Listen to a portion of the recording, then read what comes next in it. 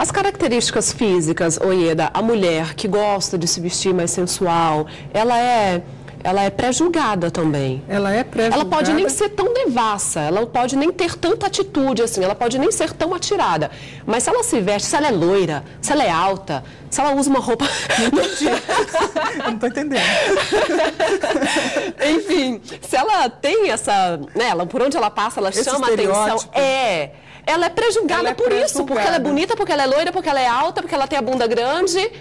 As pessoas confundem tudo isso. É um absurdo. E mal sabem as pessoas que pré-julgam que normalmente as mulheres que precisam se produzir demais é porque elas precisam esconder algo que não está fluindo bem na própria sexualidade. Elas precisam usar recursos técnicos para esconder elementos próprios. Normalmente tem um transtorno que eu expliquei até no programa passado, que é o transtorno dissociativo, que é a mulher histérica, que é coaduna, que é condizente com esse estereótipo. Mulheres que se arrumam demais, se maqueiam demais, se produzem demais, normalmente, ou grande parte delas, tem um transtorno histérico. O transtorno histérico é caracterizado pela dissociação entre o afeto, o que se sente e o que se faz. Parece que ela é extremamente libidinosa, parece que ela está extremamente sedutora, mas de fato ela não consegue ter acesso ao próprio desejo, à própria sexualidade, e ela tem muita dificuldade de atingir o orgasmo. Este é um padrão do histérico dissociativo, que eu expliquei, né, no programa passado. Ela sofre muito com esse pré-julgamento. Enormemente com o pré-julgamento, que ela é considerada devassa, que ela é considerada vulgar, que ela é considerada hipersexuada, para não usar outros termos que não condiz com o seu almoço, e ao mesmo tempo ela não consegue acessar o próprio desejo e a própria sexualidade. Ela não tem acesso àquilo que daria origem ao prazer. Eu digo isso porque ouvi já uma pessoa loira, alta, que gosta de se vestir bem, gosta de usar um decote, gosta de usar uma roupa mais curta, ela me dizendo isso.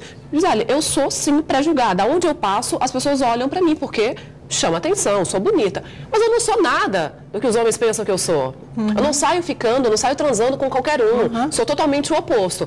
Mas a minha capa diz outra coisa. Mas esse discurso que você está fazendo é típico. Muitas pessoas... isso. Mas é porque as pessoas não entendem nada de sexualidade. As pessoas falam muito sobre sexo, têm muito interesse sobre a vida sexual alheia, né? Especialmente os que não têm nada a fazer e não têm acesso à própria sexualidade, se interessam muito pela vida sexual dos outros, pré-julgam as outras pessoas pela própria sexualidade, mas as pessoas não entendem nada de sexo. Tá? Eu acho que sexo, apesar de tudo que se fala, que se consome, que se produz a respeito de sexo, é um assunto que vem de jornal, vem de revista, vem de mídia, vem de cinema. Sexo ainda é um assunto extremamente desconhecido. Como eu disse, essas mulheres que são hipersexuadas, que parecem que estão muito produzidas, condiz com o perfil histérico, que nem conseguem acessar a própria sexualidade. E algumas pessoas muito sossegadas podem ser que tenham muito acesso à própria sexualidade e dão conta muito mais. Exatamente. É o seguinte, que essas mulheres que têm essa expressão mais atirada da sexualidade, muitas vezes elas não conseguem acessar o próprio sentimento. E ao contrário do que parecem, né, que se diz, olha, me parece que aquela mulher deve ser muito sexualizada, muito sexuada, muito, usando um termo mais comum, né, muito boa de cama. Na verdade, são muito teatrais. Ou podem, uma boa parcela delas, serem apenas muito teatrais. As aparências enganam, então. As aparências enganam. Aquelas mulheres que são capazes de acessar o próprio sentimento é que têm uma boa relação afetiva e sexual, e um bom relacionamento sexual é aquele que é uma troca entre sentimentos de duas pessoas.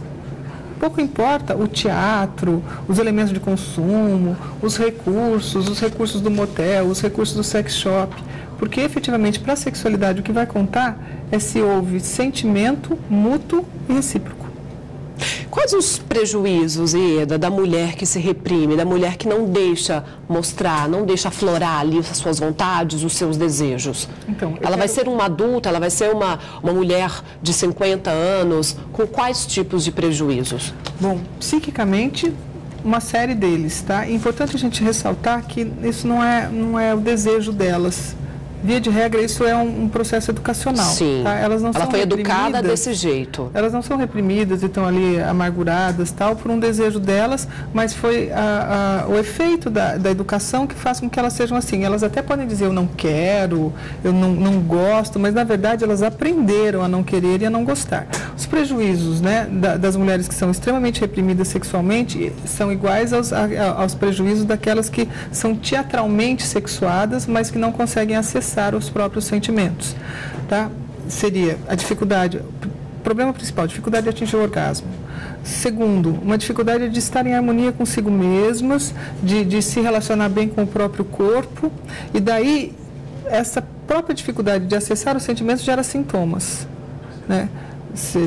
Desde os sintomas somáticos, dores de cabeça, dores de estômago, mau humor, até os sintomas comportamentais, comer demais, comer de menos. Ela fica ansiosa. Isso, são as ansiedades, as depressões, porque a sexualidade, né, é a energia que faz com que nós tenhamos uma harmonia com nós mesmos e com o meio externo. Então, quando a sexualidade ela é teatralizada ou ela é muito reprimida, né, ela vai incidir em todas as outras relações. Tem uma brincadeira, né? A mulher mal-humorada é porque não está sendo bem amada. A mal-amada. Na verdade, isso não está muito distante do que é real. Mas não é só isso, não. As mulheres muito doentes, assim como os homens, tá? Isso não, nós estamos falando de mulheres, mas isso serve para os homens também. As pessoas que não lidam bem com a própria sexualidade ou se incomodam muito com a sexualidade dos outros, elas adoecem em diversos aspectos, tanto físicos quanto na sua capacidade de ser feliz e ter qualidade de vida. É que as pessoas têm o hábito, a mania de cuidar da vida dos outros, de querer saber da vida dos outros. E esquece de olhar para o teu próprio umbigo e cuidar da tua vida. Isso é sintoma, tá? Quando você cuida muito da sexualidade do outro, quando te incomoda muito a sexualidade do outro, é porque a tua não está muito bem resolvida. A do outro interessa mais. Porque fica mais fácil ficar vendo a do outro do que cuidar da tua. Nós deixamos uma pergunta no outro bloco, que era a questão do desejo da mãe. Verdade. Vamos colocar, vamos responder. É assim, como é que se forma e se define a sexualidade? Mais reprimida, menos reprimida, heterossexual ou homossexual? O desejo dos pais influenciam definitivamente na configuração da sexualidade dos seus filhos. O desejo da mãe vai para a filha. O desejo da mãe vai para a filha, para o filho. Como a mãe deseja que seja esse filho. No campo do inconsciente, isso é transmitido de uma forma muito contundente. É muito forte o desejo da mãe por sobre a configuração da sexualidade infantil. É assim, aquela mãe queria muito que o filho fosse uma criança atirada, bem resolvida, né? E a mãe incentiva isso em todos os aspectos. Se esse for o desejo real, ela vai ajudar essa criança a ser uma criança mais livre. Agora, se pelo contrário, né, ela teve aquele filho, não era bem aquilo que ela queria, atrapalhou a carreira dela, deformou o corpo dela e tudo isso era muito importante, aí ela olha aquela criança, vê a cara do pai, que a abandonou. Então ela olha e cada gesto desse garoto, ela vai ser que parece seu pai. E ele vai aprendendo que ser igual ao pai dele é muito ruim. Então todos os gestos do menino vão sendo moldados através de um desejo subliminar da mãe, um desejo inconsciente da mãe. E o que vai acontecendo então? Por exemplo, o pai era alguém assim muito festeiro, muito pegador, tal. O menino vai aprendendo que isso é ruim. Parecer com o pai é ruim, ele vai sendo um cara mais introspectivo. Ou então... Porque a mãe mostrou que é errado. Inconscientemente. Ou então que ser igual ao pai é muito ruim. E ela vai reprimindo os aspectos sexuais masculinos dele. Mas só a mãe faz isso? O pai não? É o desejo da mãe que faz. Eita. Isso é complicado. Deixa eu só concluir. Ela pode, por exemplo, ensinar o menino que não foi isso que ela desejou, que ela não queria que ele parecesse com o pai ou fosse o pai, ou ela não ama esse pai. Ela olha esse menino, mesmo que assim, o pai não tenha abandonado, mas ela não olha o pai com olhos de desejo. E olha o filho com olhos assim, não era isso que eu queria. Você e seu pai não eram isso que eu queria. E aí a criança vai se reprimindo e pode fazer uma inversão sexual. Ou então assim, eu queria uma menina, Né? Aí educa, ai que bom, veio menino, não tem problema, mas o desejo do sexo da criança, que antecede o seu nascimento, é muito forte sobre a definição sexual. Ele acaba não se sentindo amado, não se sentindo querido e se reprime. E faz uma inversão sexual para responder ao desejo da mãe. Você queria uma menina? Aqui estou. E faz uma inversão sexual. Para satisfazer a mãe. Isso. E por que é o desejo da mãe? O desejo da mãe é contundente na definição. Aí você vai falar, mas e o pai? O pai entra na constituição psíquica até o 6º ano, a partir do desejo da mãe. Se esse pai quiser influenciar no campo do inconsciente de forma significativa a constituição da personalidade, isso eu estou referenciando ao Lacan, tá? Se quiser influenciar na personalidade, ele vai fazer isso via relacionamento com a mãe. Se faça desejado, se faça amado por essa mãe, que ele vai aparecer na constituição psíquica dessa criança. A partir do desejo da mãe. O pai morto, o pai que morreu, que era amado pela mãe, ele aparece todinho na personalidade da criança a partir do desejo da mãe. Olha que loucura. O pai assim, que não teve contato, mas essa mãe fala bem desse pai, essa mãe vai nomeando os gestos da criança, né? Vai identificando o pai nessa criança, e a criança que não conheceu o pai tem todos os gestos do pai. Todas as características do pai. Isto é a transmissão do desejo da mãe para o filho. Criança e mãe têm uma relação íntima, de inconsciente para inconsciente, até o 6º ano de vida.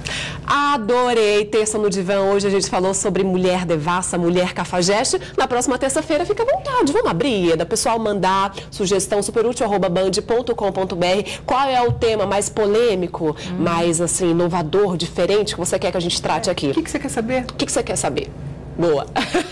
Obrigada. Terça-feira a gente se vê.